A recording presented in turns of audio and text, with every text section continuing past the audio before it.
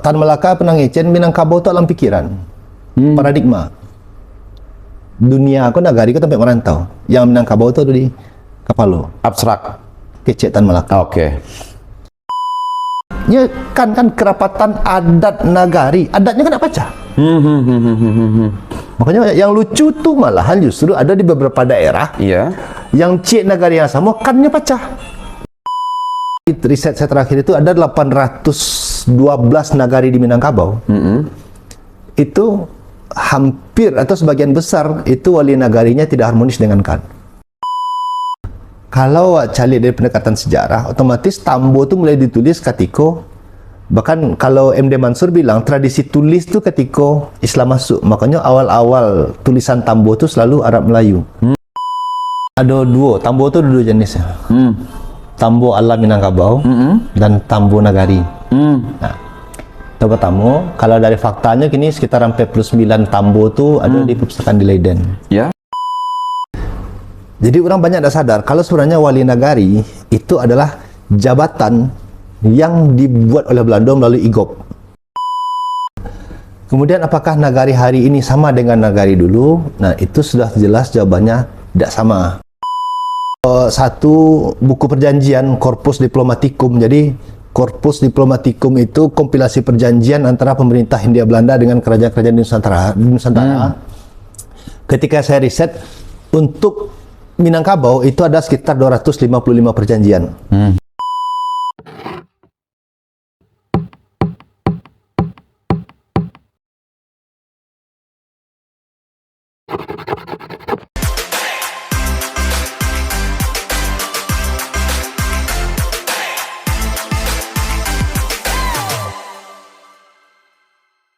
Assalamualaikum warahmatullahi wabarakatuh. Waalaikumsalam. Kembali lagi bersobok wak di Saluk Kreasi, channel di mana kita mencoba mendokumentasikan saketek dari Minangkabau dalam bentuk diskusi-diskusi kecil. Kami mendatangi para tokoh yang kemudian menurut kami pantas untuk menjawab pertanyaan yang nanti akan kami pertanyakan. Tentunya kami berharap ikut jawab pertanyaan kita bersama. Hari ini hadir bersama kita Dr.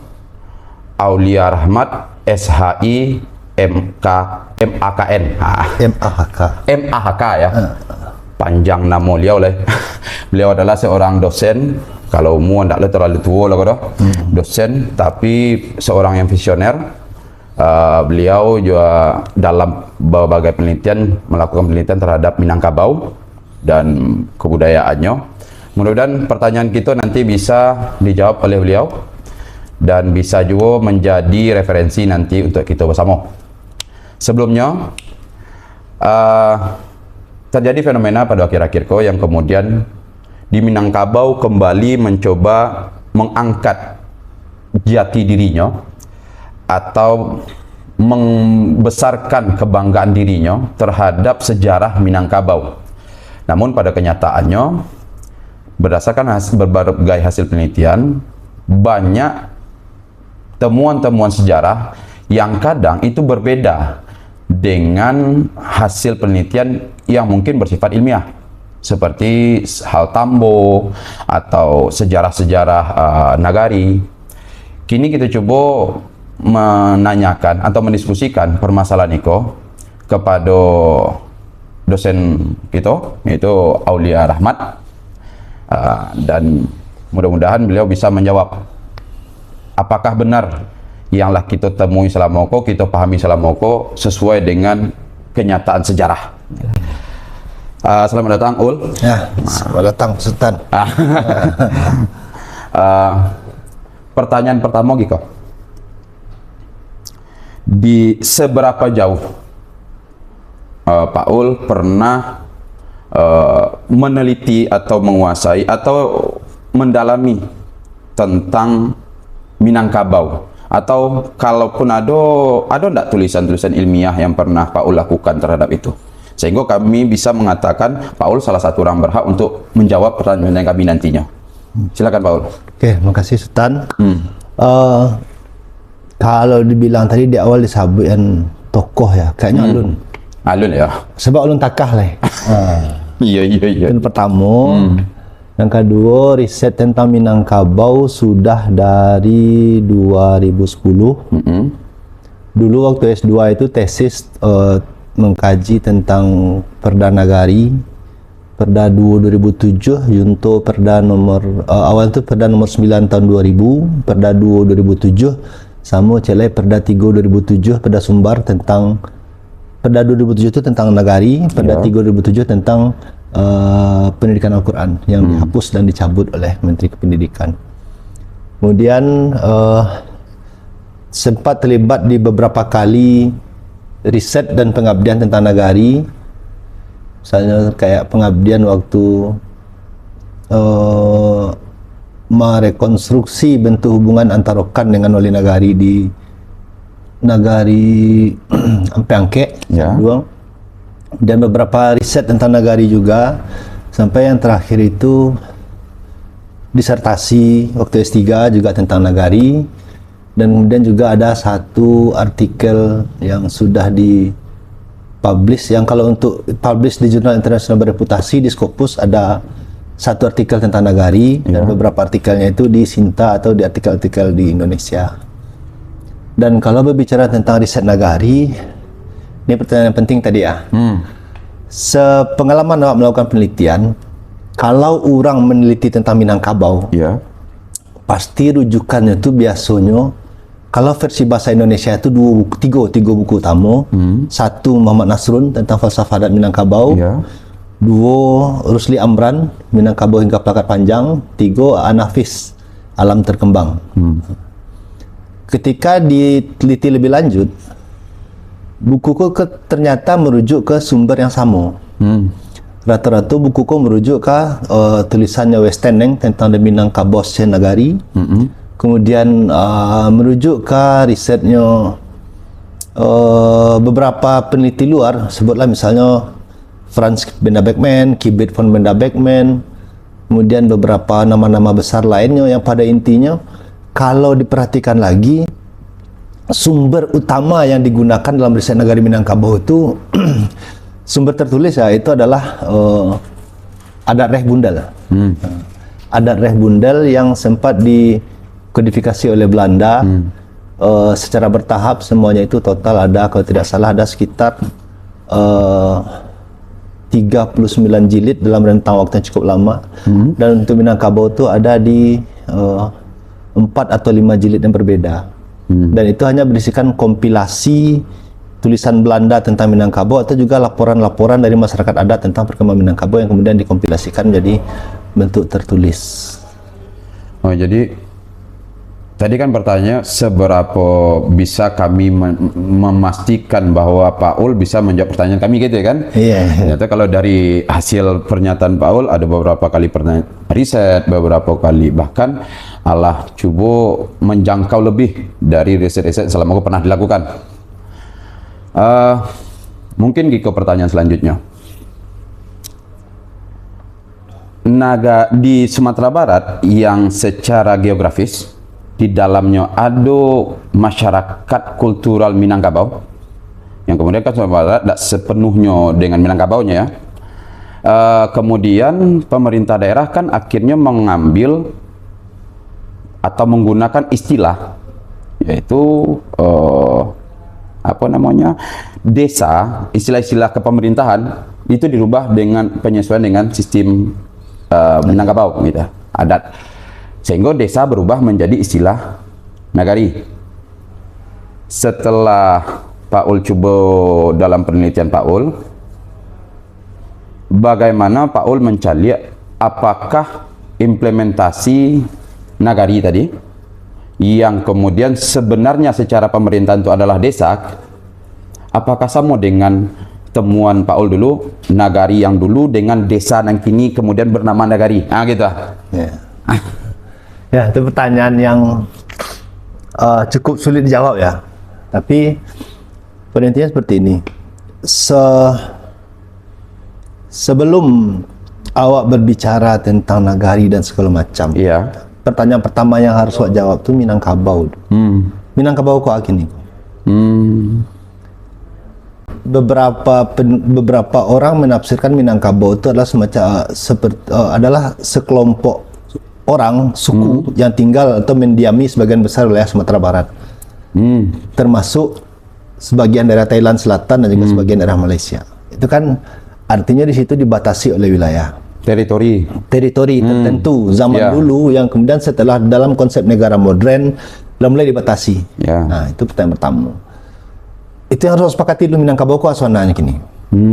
Kalau Tan Melaka Penang Ecen Minangkabau itu alam pikiran. Paradigma. Dunia aku nagari ku tempat merantau. Yang Minangkabau itu ada di Kapalo. Abstrak. Kecek Tan Melaka. Oke. Nah, itu yang jadi masalah pertama. Tapi secara praktek orang kan kemudian mencari, tidak mungkin kemudian tidak dibatasi oleh wilayah. Betul. Nah, terlepaslah kalau dari masa lalu orang bicara Minangkabau itu sampai ke Jambi, sebagian daerah Riau, Malaysia, Thailand Selatan, Patani dan segala macam.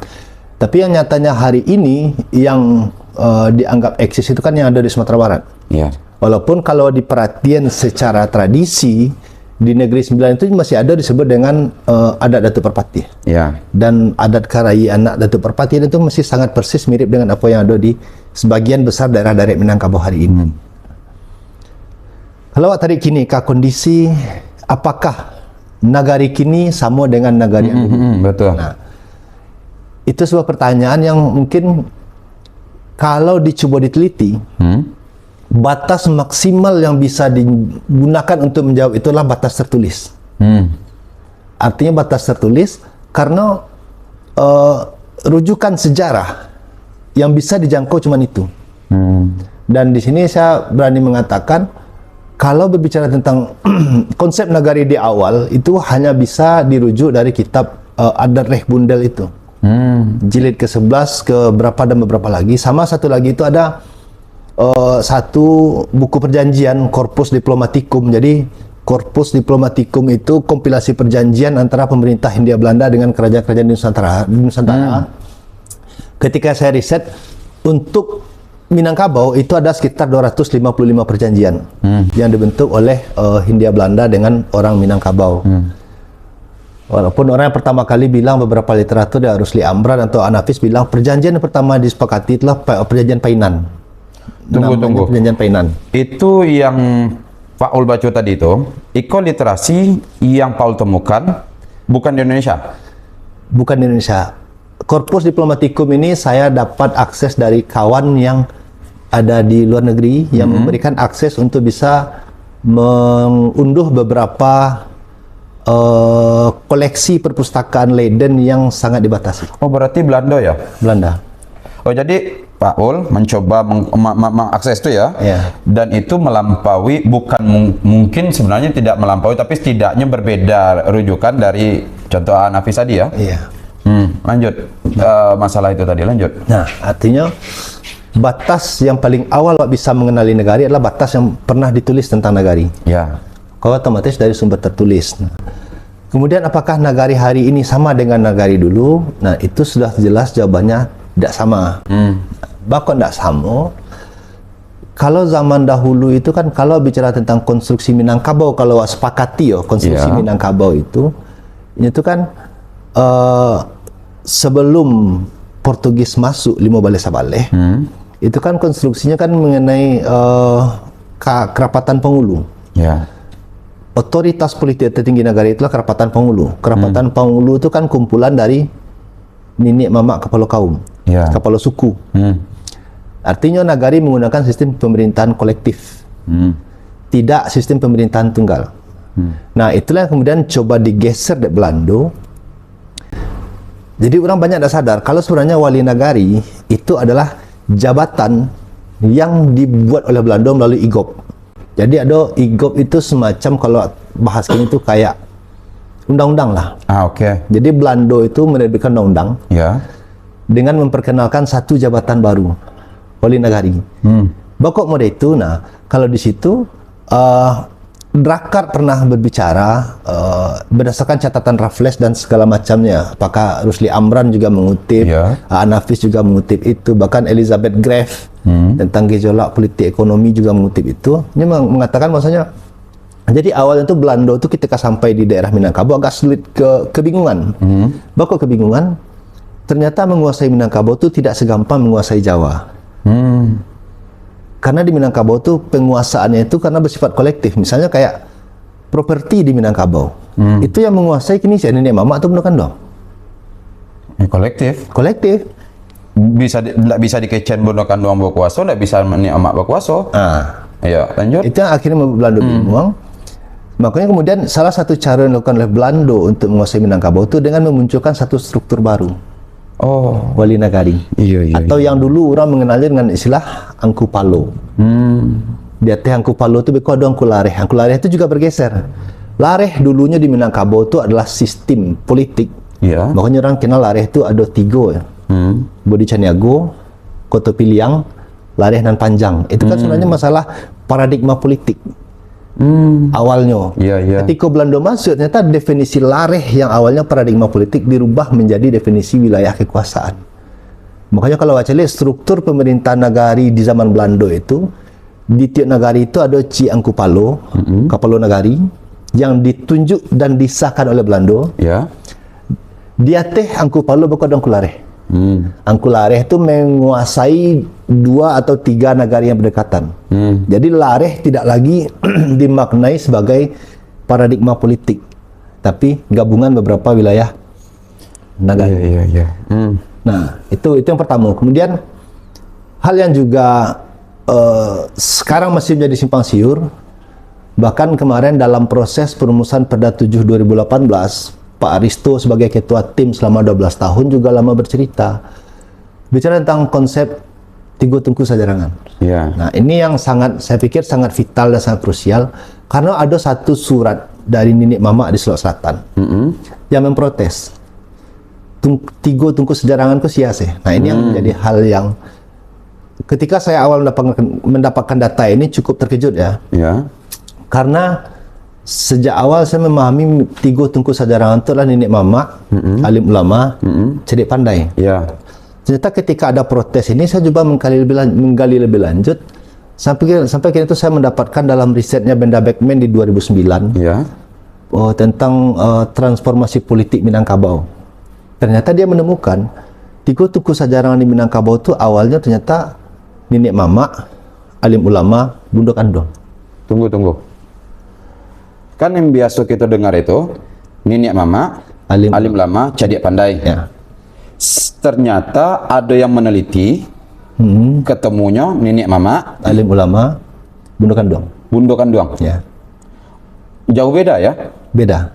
Oke, terus lanjut. Nah, jadi Benda Beckman itu meneliti di daerah Candung Telaweh. Nah, jadi hasil risetnya itu bilang, jadi ketika itu Belanda sangat sulit menguasai Minangkabau karena pemerintahan yang kolektif dan penguasaan properti yang kolektif. Ya, yang tadi enggak yang satu orang yang dia satu itu orang kan gitu nah, ya. Makanya kemudian Yang utama. Belanda itu membentuk satu institusi baru. Yang pertama itu IGOP. Melalui IGOP itu dibentuk Wali Nagari, Kapalo Nagari, Kapalo Lurah, Lurah, Lareh. Nah, itu dibentuk oleh Belanda. Kemudian untuk kasus Candung Telaweh itu menurut riset Benda Beckman itu karena sulitnya menguasai tanah di situ. Karena yang menguasai tanah di situ adalah Bundo Kanduang. Belanda memperkenalkan satu institusi baru. Cerdik pandai. Yang pada waktu itu diisi oleh birokrat. Orang awak pribumi, tapi nyo menjadi birokrat Belanda. Kemudian Bundo Kanduang dikeluarkan dari struktur yang 3 tadi. Dengan harapan usaha menguasai properti di Minangkabau jadi lebih gampang.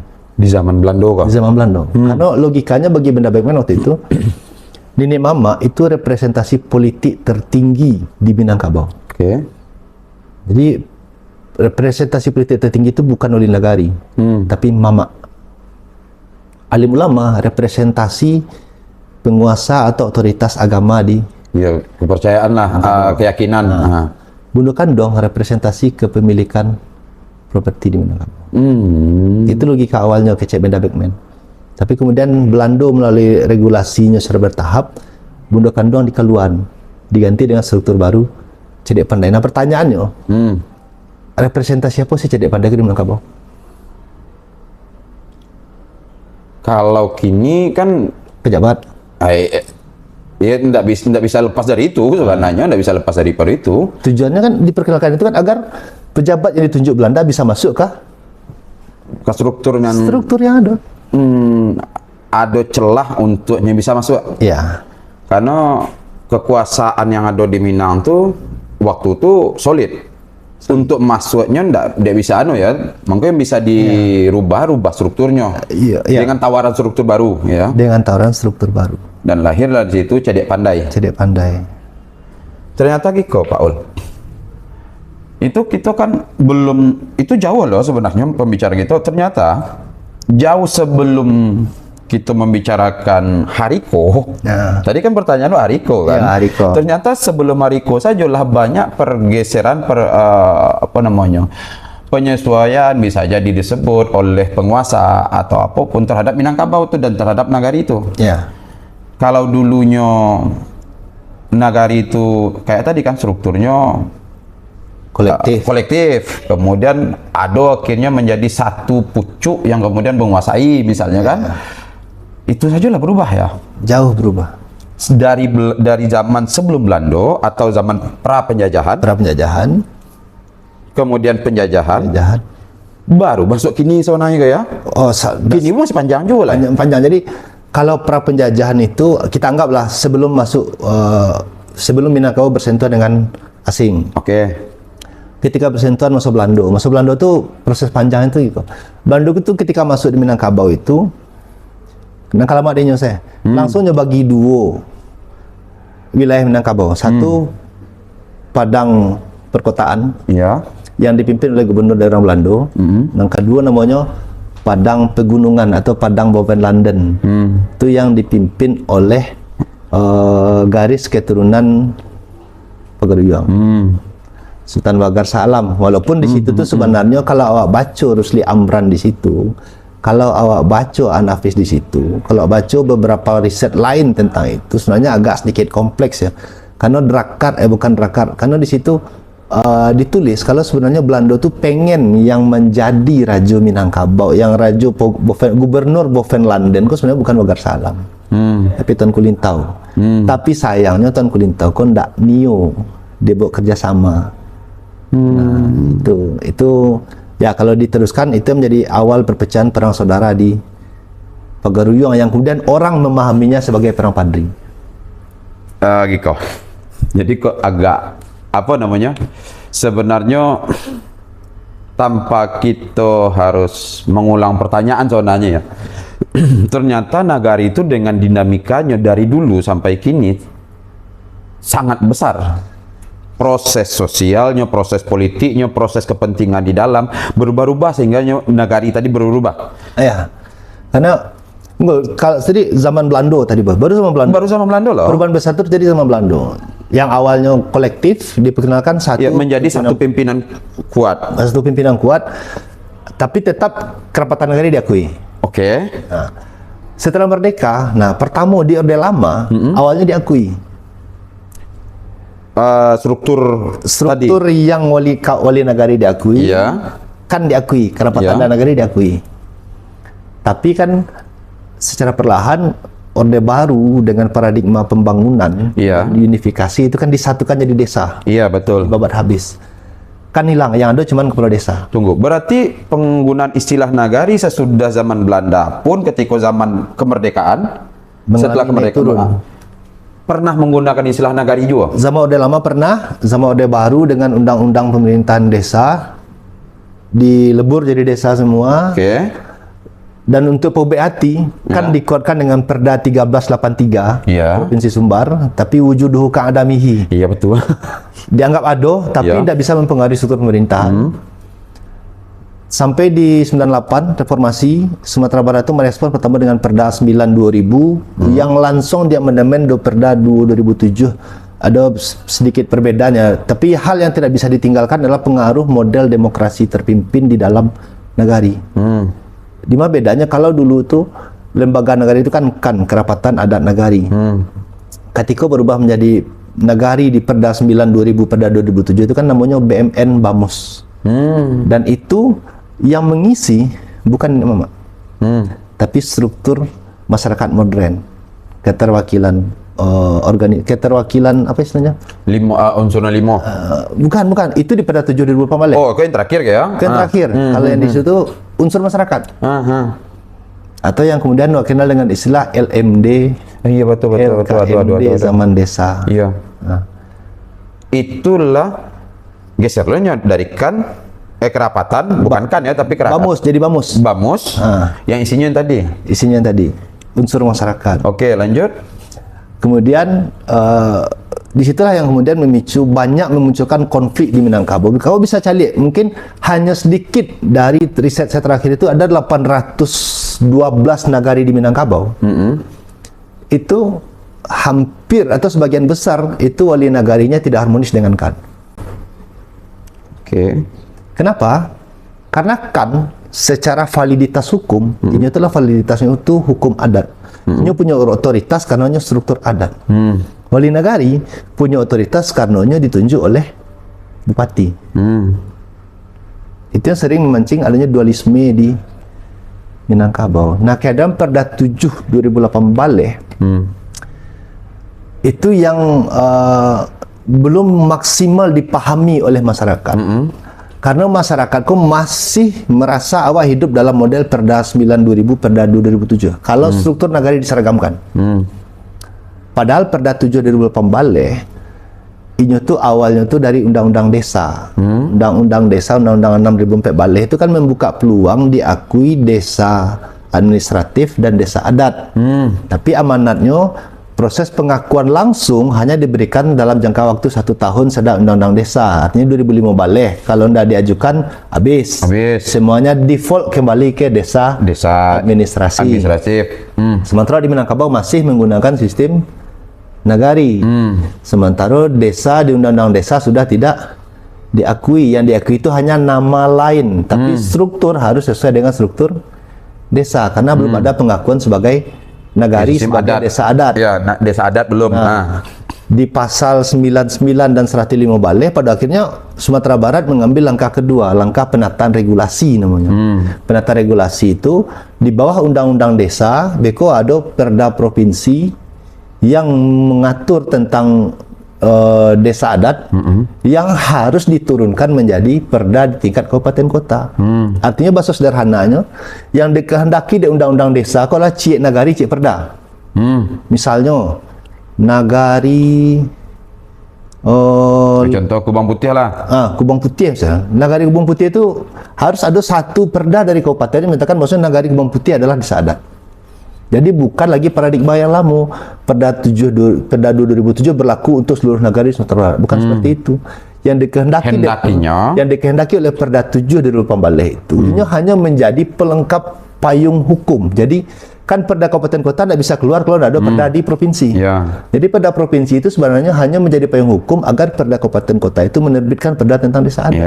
Artinya struktur nagari, model pemilihan oleh nagari tidak harus mirip persis dengan apa yang disabit di dalam Perda 7 2008. Setiap nagari punya kemandirian menentukan apakah ini akan memilih model pemilihan oleh nagari itu dengan aklamasi. Ya kalau ini mampu kayak gitu dan memang paradigma adatnya kayak gitu, ya tidak masalah. Itu tafsiran dari Perda 7 2008 yang kemudian sebenarnya Perdako peluang untuk kembali menelaah desa seperti sistem nasional atau seperti kearifan awak yang disebut dengan nagari yang sebenarnya. Yang walaupun sebenarnya tadi pun lah banyak perubahan-perubahan juga kan. Itu dia peluang sebenarnya. Dia peluang. Makanya itu yang sebenarnya itu kalau yang paling miris kini itu Perda 7 2008 balik itu di aturan peralihan menyatakan mencabut semua regulasi tentang nagari. Artinya Perda 2007 yang sebelumnya pakai sebagai landasan perda nagari, dengan lahirnya Perda 7 2008 balik dicabut. Pertanyaannya, apa dasar hukum menyabut nagari kini itu nagari? Sementara Undang-Undang Desa menyebut itulah desa administrasi, sampai ini ada perda yang mengatur tentang nagari. Itulah kemudian yang riset saya dan beberapa kawan-kawan kemarin itu, kesulitan yang dihadapi dalam proses penataan nagari itulah nanti nomor register di Kementerian Dalam Negeri. Karena ketika awak melakukan di Sumatera melakukan penataan nagari, orang Kementerian Dalam Negeri jawabannya sederhana. Itu kan perda yang berlaku di tingkat provinsi. Sementara Kementerian Dalam Negeri dengan nomor register manutnya kepada Undang-Undang Desa dan Peraturan Menteri Dalam Negeri. Makanya kayak kasus Rokan Hulu, Ya. di situ masalahnya. Beberapa daerah di Agam juga di situ masalahnya. Berarti sebenarnya gitu.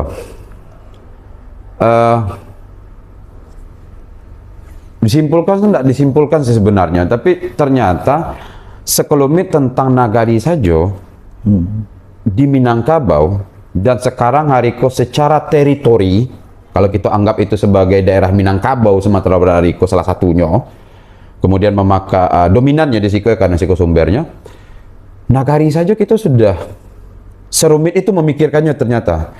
Dari perubahan yang standar dulu sebelum penjajahan, di masa penjajahan pun digempur oleh pemikiran penjajahan supaya ada penguasaan terhadap sistemnya, terhadap wilayah, semualah kan.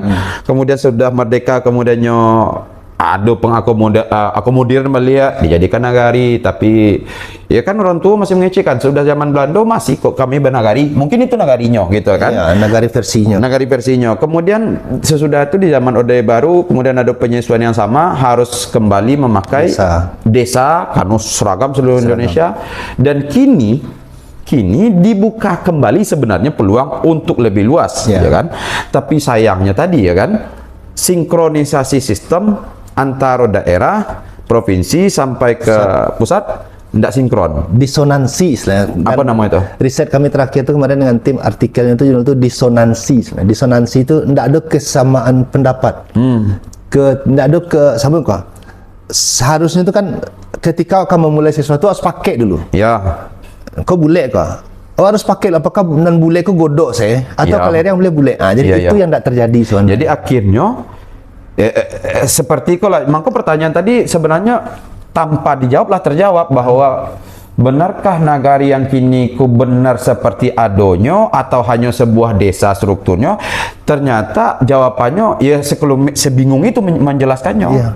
Kalau orang nasional menganggap kok desa. Awak kini mengatakan sebenarnya tahu juga kok desa. Tapi implementasi di masyarakat dan euforianya mengatakan iko nagari yang dulu mereka pernah dengar. Iko masalahnya. Artinya kalau hari ini orang menyebut ikut nagari, itu memang nagari yang ada di pasal 2 Undang-Undang Desa. Desa atau sebutan lainnya, hanya sebutan.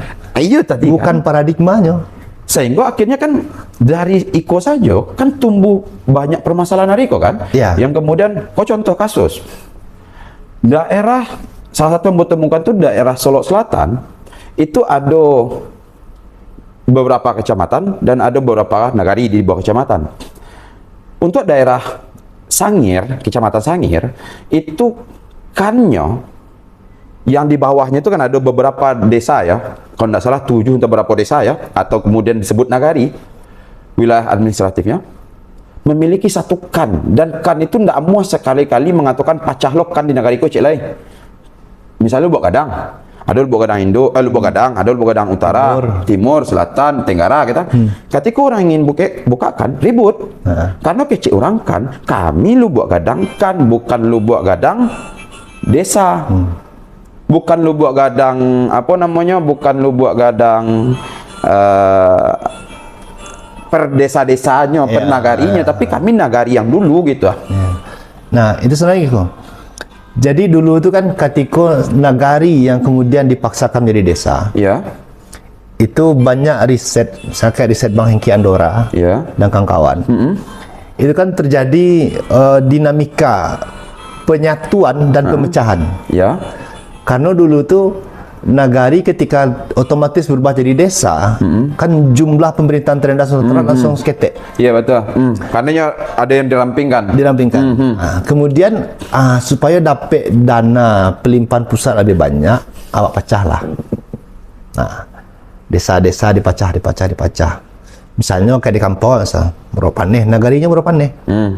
Tapi desanya ada desa Kota Panjang, desa Balai Pinang, desa Kota Kacik. Yang secara administratif tertulis bukan desa kan? Secara administratif tertulis desa, tapi kalau di level nagari ini hanya sebatas jorong. Ya, oh jorongnya. Jorong. Oh, kalau itu beda. Yang kita temukan tuh nagari bana. Iya, jadi pecah nagari itu dengan tujuan ketika itu dibantu nagari baru dengan tujuan mereka dapat dana pelimpahan dari pusat lebih gadang. Betul. Daya serap lebih gadang. Dan justru kan itu yang menurut awak tuh pas. Karena mau dipecah sebanyak apapun secara administratif, ya kan kerapatan adat nagari, adatnya kan tak pecah. Makanya yang lucu tuh malahan justru ada di beberapa daerah Iya. yang cik nagari yang sama kannya pecah. Dipecahnya nagari itu kan strategi, maaf dalam tanda kutip, tarikan dana. Ya. Kemudian ada yang serta-merta berusaha juga memecah adatnya.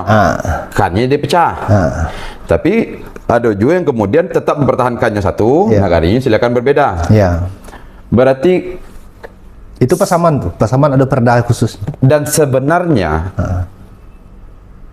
sampai hari kok bisa dinyatakan bahwa ambigu pemahaman terhadap nagari itu masih sangat tinggi. Sangat tinggi. Kece. Apakah kan pun jadi otoritas, orang akan mempertanyakan terhadap sebuah nagari? Ya, itu riset kami tahun ini. Oh, mudah-mudahan terjawab ya. Mudah-mudahan terjawab. Apakah kan itu sendiri merupakan sebuah otoritas kuat terhadap sebuah nagari yang disebut adat kebudayaan tadi ya, bukan daerah lah ya, bukan teritori, bukan struktural nasional yang ke bawah ya. Kalau enggak riset yang sedang kami jalankan kini itu, kan awak kan kenalkan ini, strukturkan. Pertanyaannya, awak meyakini awak menerima orang itu kan apakah karena memang genealogi adat atau dia ada SK? Oke. Nah, pertanyaan yang lebih lanjutnya, yang me-SK kan Siapa? Sia. Benar. Ini juga banyak nagari terjadi itu kan ketika Perda 7 2018 diperkenalkan kan ada satu struktur baru, Paripaga. Iya. Pertanyaannya, Paripaga kok Sia me-SK kan? Kalau di beberapa daerah yang menerbitkan SK-nya itu adalah KAN. Padahal kalau baca di struktur Perda 7 2018 itu kan ada 5 unsur. Dan tidak boleh saling mencampuri. Dan ini seimbang berarti. Dan kalau kemudian dibaca ADART awal 1946, itu sebenarnya agak sedikit apa ya, complicated ya, Iya, betul. kontra. Seseorang itu menjadi Paripaga bukan legalitasnya karena dia mama, tapi karenanya anak kemenakan yang lahir di negara itu. Artinya kalau secara teori hukum, ini dianggap Paripaga di situ karena memang lahir di situ. Bukan dek DSK kan dek. Ya intinya ini bukan sebuah lembaga struktural yang kemudian di SK kan. Iya. Oke, kita hentikan itu dulu. Karena gitu sebenarnya yang sebegitu rumitnya tentang satu hal saja baru. Nagari yang hari ko diributkan orang, bukan perebutkan, tapi diributkan orang bahwa kece orang ada mengecan nagari ko nagari desa ada mengecan basi kareh ko nagari kami nan dulu ditinggalnya nenek moyang kami, ada yang mengatakan ikon tadiman gitu kan, macam-macam lah. Kita hentikan itu bahwa nagari sampai hari ko memang serumit itu. Ya, serumit itu. Dan sebenarnya perlu duduk bersama untuk menata ulangnya balik kok. Iya. Kalau tidak ditata ulang, kerumitan gua akan terus berlanjut dan awak akan Diwariskan nanti. di awang-awang taruh. Iya. Mana pak ke bumi indak, bergantung ke langit indak pula.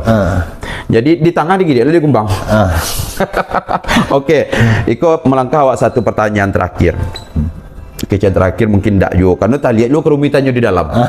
Gitu kan? Iya. Anak muda selalu disebutkan kini oleh orang tua-tua kita bahwa Baraja Minang salah satu sumber itulah Tambo. Ya kan? Menurut Pak Ul, Pak Ul dosen. Yang kedua, ya kalau kita pakai struktur yang dalam tanda kutip manusiawa standar ya, yang kita paham ini kan jadi pandai itu orang yang jadi lah.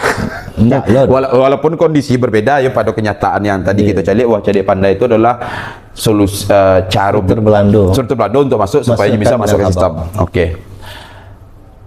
Berdasarkan konsep tadi, apakah Tambo itu benar salah satu sumber?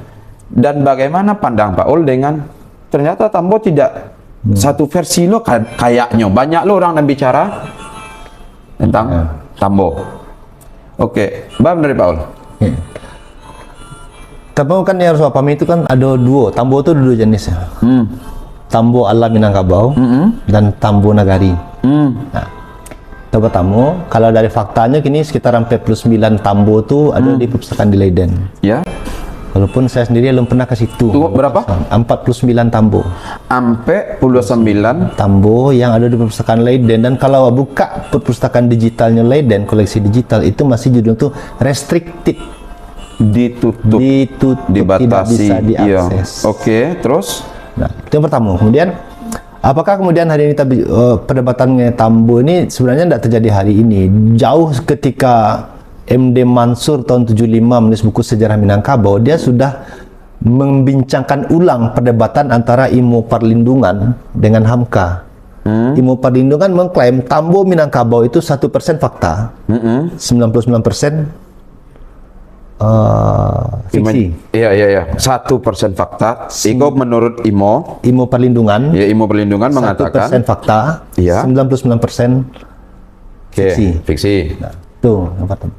Dan sebenarnya kalau awak cek lebih lanjut menghadapi perdebatan itu, sebenarnya ada orang luar itu namanya itu Jen Drakar. Ya. Dia menulis satu buku judulnya itu Minangkabau Kingdom of the World. Oke. Minangkabau dan Kerajaan Kata-Kata. Yang hanya meneliti tentang kerajaan-kerajaan Minangkabau, terutama Pagaruyung abad 17-18, yang kemudian melakukan hegemoni politik itu dengan menggunakan prasasti, ikut itu segala macam. Iya, benar. Kemudian hari ini dianggap sebagai teks sakral. Iya. Nah, itu yang pertama. Iya. Yang kedua, ada juga orang Barat, orang Inggris, Wycliffe namanya. Iya. Ini mengkritik, kenapa kalau bicara sejarah, kenapa selalu membaca sejarah itu dari catatan Belanda? Mengapa baca sejarah dari catatan pribumi? Oke. Nah, karena Belanda, ya otomatis dengan catatan, dengan intensi, dengan niat mencatat yang berbeda. Ya, dengan alasan yang berbeda lah, motifnya berbeda. Dengan alasan berbeda, motif berbeda. Dan makanya balik ke tadi itu balik. Jadi Minangkabau sebenarnya kalau kemudian menjadikan Tambo itu sebagai teks yang sakral, kalau dalam hasil riset Ambo sendiri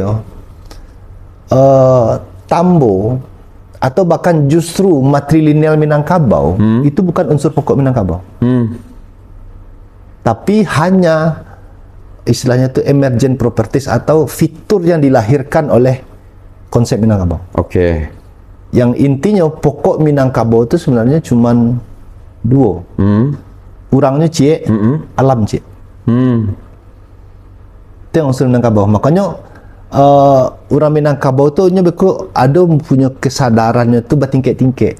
Nah, kalau orang Minang kalau mengecek ke saburu-buru kejadian kan, ang tekan nak bertuhan. Kesadaran pertama. Kesadaran akan ada yang lebih kuat, subjek yang lebih kuat yang berada di luar diri. Saya tu ada lagi kondisi-kondisi ang tekan nak berdun sana. Artinya ada horizontal. Ada aspek horizontal. Dan aspek yang ketiga yang penting, orang Minang selalu ngecek tentang alam takambang jadi guru. Orang Minang nggak bisa lapeh dari lingkungannya. Makanya kalau lingkungannya kemudian berubah, kalau kemudian benarkan kecek ada yang macam Minangkabau itulah perubahan. Ya kalau memang berubah otomatis ya mungkin bisa jadi dari data yang tidak bisa rujuk, mungkin sebelum Islam masuk Minangkabau tidak matrilineal. Bisa saja. Atau justru struktur Minangkabau yang hari ini adalah diterima oleh masyarakat Minangkabau sebagai struktur aslinya. Kan iko yang alun dapat kesepakatan leh. Yang mana yang Minang, struktur mana yang Minang, dan asalnya Minang seperti apa itu ya. Kalau bicara hari kini ya memang Tambo memang salah satu rujukan utama. Salah satu rujukan utama. Tapi kan untuk mengkaji Tambo itu, misalnya kalau awak di hukum misalnya, adat itu kan tidak selesai dengan hanya pendekatan hukum adat. Harus ada pendekatan kayak orang linguistik, pendekatan orang. Ya segala lini lah. Segala lini. Karena Tambo bukan semudah yang kita pahami. Oke. Berarti Giko, Tambo tadi kan ada kritik kenapa kita bicara Minang berdasarkan pemikiran orang luar itu tadi ya. Kalau ingin belajar Minang, belajarlah rujukannya tadi aslinya, yang salah satu rujukan asli itu adalah Tambo. Namun ternyata ketika tadi Pak Ol di awal mengatakan bahwa Tambo sendiri yanglah tercatat itu dan didokumentasikan di Leiden sebanyak ada 49. 49. Kita tidak tahu juga versi real semuanya, apakah itu sebelum Belanda masuknya sudah dituliskannya, atau sudah Belanda masuk senyo, atau saatnya masuk, atau apa, kan tidak tahu dah. Karena sebenarnya ambo itu yang pertanyaan. Karena Tambo itu sering kali kini hanya beredar dari mulut ke mulut. Bukan tertulis seperti yang Pak Ol katakan. 49 versi loh. 49 Tambo ya. Jadi sebenarnya masalah itu kan di proses transformasi ya, transformasi pemindahan. Misalnya gitu, kalau cari dari pendekatan sejarah, otomatis Tambo itu mulai ditulis ketika, bahkan kalau MD Mansur bilang tradisi tulis itu ketika Islam masuk, makanya awal-awal tulisan Tambo itu selalu Arab Melayu. Dan makanya orang ketika bicara tentang ini huruf asli Minangkabau loh. Nah sampai hari ini saya sendiri tidak berani menjawab, mengklaim atau menjawab. Tapi yang paling masuk akal itu tradisi tulis Minangkabau itu baru mulai muncul ketika Islam bersentuhan dengan Minangkabau. Dengan adanya tulisan Arab Melayu tadi. Arab Melayu, bahkan stempel Pagaruyung pun Arab Melayu. Itu yang pertama. Kemudian transformasi melalui lisan. Kan itu yang kemudian menjadi kekuatan hukum adat. Betul. Nah, itulah yang secara perlahan mulai bergeser ke bentuk tertulis yang kecendek Jen Rakat tadi. Nah, karena pemerintah mulai menggunakan bentuk tertulis sebagai legitimasi kekuasaan segala macam. Tapi di sisi lain, nah itu makanya pentingnya head adat reh bundel tadi itu. Jadi head adat reh bundel itu tidak hanya laporan yang ditulis Belanda, tapi juga ada laporan nenek mama yang dikirimkan ke Belanda. Dan juga ada beberapa tulisan, misalnya nih, yang paling saya ingat itu kutipan di adat reh bundel itu adalah tulisannya Mahyudin Sultan Marajo. Yang awalnya itu ditulis di koran, saya lupa namanya, di 1912. Itu dia misalnya untuk Nagari Suli Aye itu ada undang-undang 2 balai pasal. Dan itu kalau kita baca isinya, saya sendiri cukup merinding karena undang-undang 2 balai pasal itu memang dibacakan dan disumpahkan di Banten Kabau. Kalau seandainya salah satu pasal saya dilanggar, kata hendak bapucuk ke bawah hendak baurek di tanah digirik kumbang. Dan salah satu klausul di sana itu, nenek mama tidak boleh keluar dari negari. Kalau Nio keluar dari negara merantau harus seatas seizin anak kemenakan. Agak cukup mengerikan ya bunyi. Betul sih, betul sih. Tapi bukan itu nyawa mencari proses transformasinya. Bahwa dari dulu dari transformasi lisan digeser ke tertulis. Dan itu bertahap dan lebih tepatnya bahwa lisan itu bergeser dan itu lebih dominan ketika ada bahasa Arab Melayu dan cenderung itu berhubungan dengan Islam. Maka mungkin kita simpulkan di titik bahwa Islam masuk salah satu mendorong orang Minang tradisi untuk menulis, tradisi menulis. Karena sebelumnya dari pernah dikenal. Bahkan literasinya tidak ketemu juga. Bisa tidak ketemu juga. Ada juga studi yang menarik. Mungkin tidak banyak orang yang tahu ya. Kalau orang yang meneliti tentang Minangkabau pasti tahu satu sumber yang disebut dengan di Undang-Undang Minangkabau yang bisa diakses di perpustakaan Stanford University di Inggris. Itu kalau kita baca banyak yang kaget. Kaget itu kenapa? Karena kalau dalam di Undang-Undang Minangkabau itu yang menjadi oleh negari itu bukan nenek mama, tapi imam. Jadi kalau dalam negari itu yang menjadi oleh negari itu bukan imam tapi imam. Ada satu pasal itu ditulis dalam tulisan tangan Tegak Sambung. Dan itu tahunnya tidak bisa diketahui tahunnya. Makanya banyak versi lagi kan. Jadi gitu. Gitu kan untuk anak muda. Gitu cerita kok. Jadi kan anak muda kini sebenarnya mulai bingung dengan kondisi-kondisi kok. Mereka bingung dengan itu. Tapi kebingungan itu tentu tidak akan kita wariskan. Kita mencoba menghentikan kebingungan kok dengan mencoba meluruskan semua. Mencoba menggali dan mencoba mencari sari-sarinya. Mungkin bisa mau simpulkan dari diskusi awak Ariko bahwa ternyata Minangkabau itu seperti yang disampaikan oleh salah seorang yang bertamu sebelum itu, Bang Taufik itu kan mengatakan Minangkabau itu tidak bisa dibatasi oleh wilayah atau teritori. Minangkabau itu lebih bisa dibatasi, kalau ingin dibatasi juga dalam cara berpikirnya atau abstraksi dalam pemikirannya gitu ya.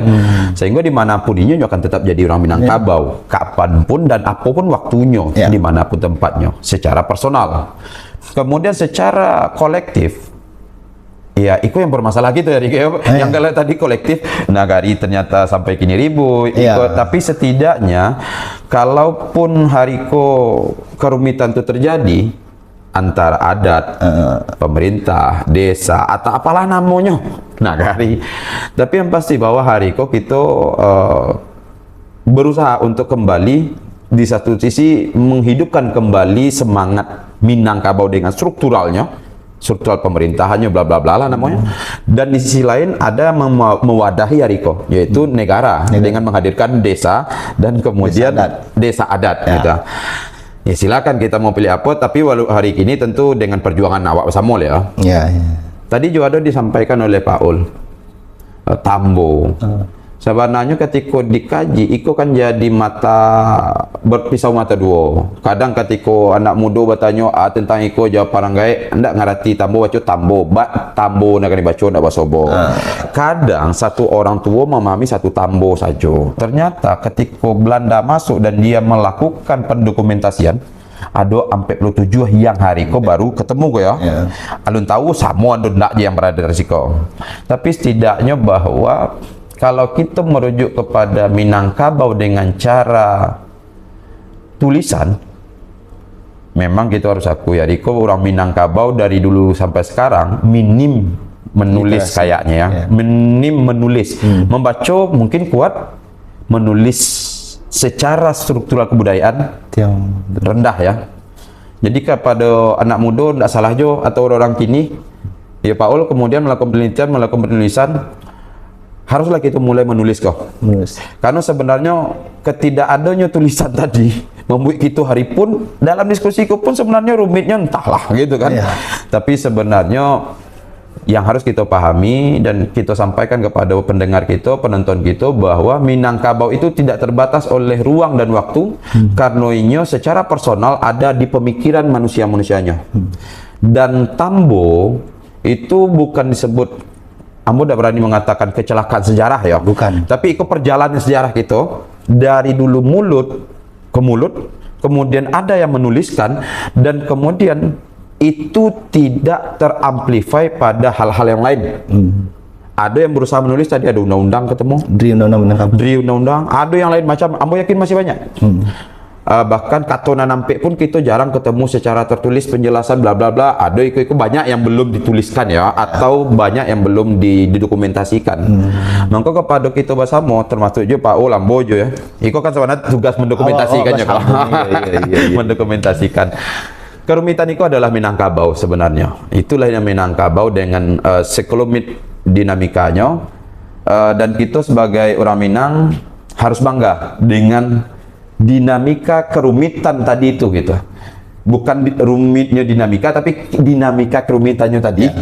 Dinamika rumitnya pun dinamika itu kan. Sehingga orang Minang itu sebenarnya bukan orang yang mudah untuk dipatahkan. Orang Minang bukan orang yang mudah untuk dikalahkan. Kenapa? Karena mereka lebih dulu memiliki kerumitan tertinggi dalam pemikirannya. Bahkan terhadap dirinya sendiri sering bertarung gitu.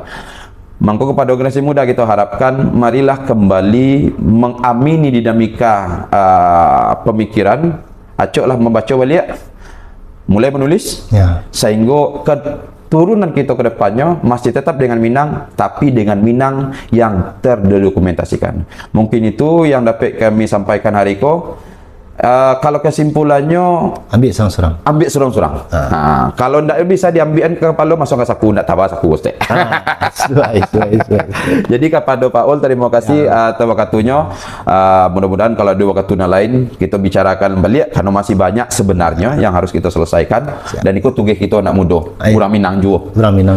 Kalau tidak kita selesaikan, kalau tidak kini bilolai, kalau tidak kita sialai. Kan tidak jargon politik, tidak.